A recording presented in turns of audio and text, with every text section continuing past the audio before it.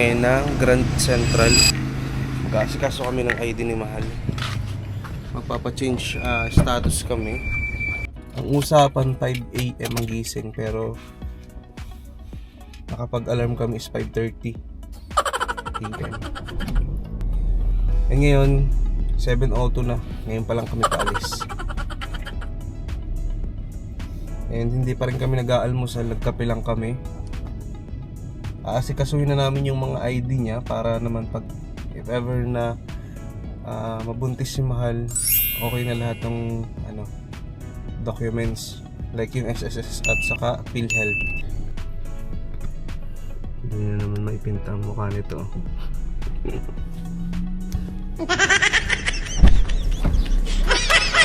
Bakit? Puti-puti yung ano. Puti-puti na naman? Nagawa yung tubig. Saan tayo pupunta? Nantok ako, gutom na ako. Kaya bad mood ka? Kaya bad Saan mood yung ka? gamit mo? Nandyan. Guys, palis na kami ng Tinignan mo yung envelope? Okay na, nandun na lahat. Pupunta na kami ng Grand. Mag-asikaso na kami ng ID.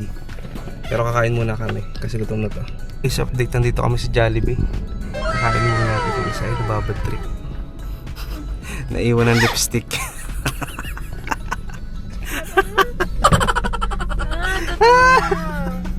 Naiwan ng lipstick. Ang daming maiiwan lipstick pa. Tara, kain muna kami dito sa Jollibee. Retod na. Let's go.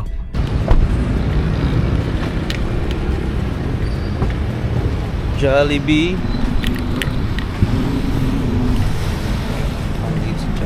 Saan mo kay Asel? Ano si Asel? Iyan. Tara. Mahirap na din. Tara. Pasang amat siya.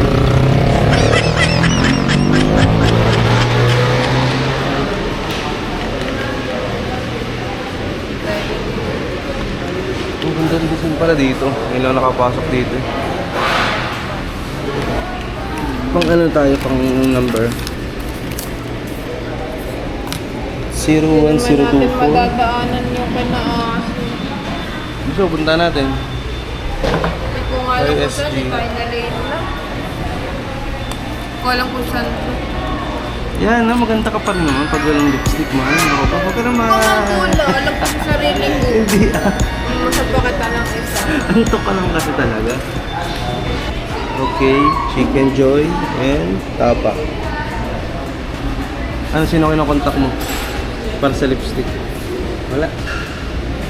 Tapos na ako. Tara, kakain na tayo. Pinalipat ko pa eh, nasa baso. Ay, lang kape. Yan, nakakap.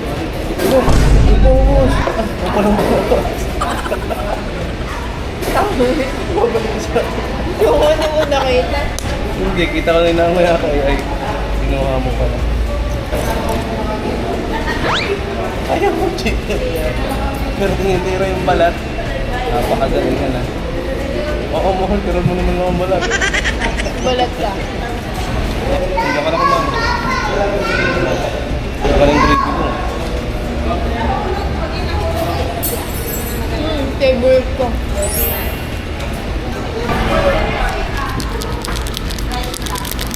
Alam yung itlog nila, parang laruan. Ginagawa mo.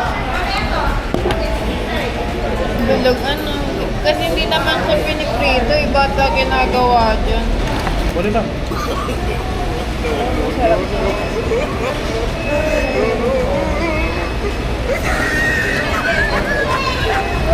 Tapos na kaming kumain. Ngayon may baon pang takeout, oh. Hindi pa rin siya masaya, wala siyang lipstick. Ano yun? Ay, hindi pa amin yun. Sige pa. Nasa Grand na po kami and wala pa rin lipstick. Nakakatawa yun. Ano nga to? Gold Deluxe. Pero doon ka pupunta sa may SSS muna. Tapos sila mo. Tapos, saan ba tayo? Sa PhilHealth. Kasunod. Alam, mamaya na yung Paul. Yan, SSS muna tapos PhilHealth. Or ano, BIR muna. BIR pala muna kasi magkadikit naman na yung SSS at saka BIR. Last na namin yung PhilHealth. Pag-ibig. Doon din ano. Sige.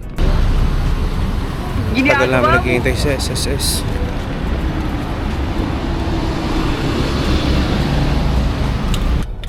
Ayun guys, update tayo sa transaction namin dito sa Grand. Unang-una pununtahan namin dito yung SSS. Kumuha kami ng number. And then, pagkakuha namin ng number, matatagal lang kami, kasi 177 pa lang siya. 177 yung aming number. Parang nasa 120 pa lang yung tinatawag. Then, sabi ko, punta muna kami ng BIR para magpa-update ng status saka ng kung may ID. Then pagpunta namin doon, mabilis na natapos yung mahal sa BIR. Then after namin sa BIR, pagbalik namin sa SSS, nasa 135 pa lang. So pumunta na kami ng PhilHealth para hindi sayang yung oras. Sa PhilHealth, wala pa atang 15 minutes to 20 minutes na nakapila kami sa loob. Tapos na agad yung aming transaction. Then bumalik kami ito sa SSS. Ngayon, pagbalik namin sa SSS, 165 yung number na inintay na namin. Ngayon, nung 177 na yung papasukin, dalawa na kami papasok. Hinarang ako kasi dalawa daw yung magiging transaction namin. Kumbaga, intindi ko. Kasi bali dalawa kami papasok. So, ibig sabihin, dalawang transaction kahit magkaparehas lang. Anong nangyari? Bakit daw isa yung number namin? Sabi ko, yun lang yung binigay sa amin ng guard. Kasi nagtanong kami kanina doon sa guard eh. Sabi ko, ako yung lumapit. Sir, magpapapalit kami ng status. Yung asawa ko, magpapapalit ng apelyido. Papa-update kami din. Ako, status din, single to married. So, binigyan ako ng number, isa lang. Yung 177. So, ibig sabihin, nung binigay sa akin yung number, kakaintindi ko, dahil same lang naman kami ng process sa loob, is isang number na lang. Ngayon, hinarang kami papasok. Dapat daw kailangan ganyan. So sabi ko, so kailangan pa palang ulit kumuha ng isa pang number. Oo daw, kailangan pa. Then sabi ko, paano yun? Pipila po uli ako. Pipili daw uli ako. Tapos, bibigyan ako ng panibagong number. Ang akin lang, is ba't ganun? Hindi nila ayusin yung sistema. Kasi ang nangyari ay andun na kami, pares na kami nag-intay. Kung kailangan pala ng parehas na may number, bakit hindi pa kami binigyan kanina ng tig-isa? Sinabi naman namin yung purpose namin. Pagkakamali ito ng guard, kasi isang number lang yung binigay sa amin. Sabi ko naman kanina nung lumapit ako, dalawa kami. Kasi update kami ng status kasi bagong kasal kami. Yan. Ngayon bibigyan ako ng bagong number. So, papipilahin na naman ako. Sabi ko, ay wag na, hindi na ako pipila. Pinadiretso ko na lang yung asawa ko sa loob. Kasi sobrang nakakainis. Okay lang sana kung yung waiting area nila malamig eh.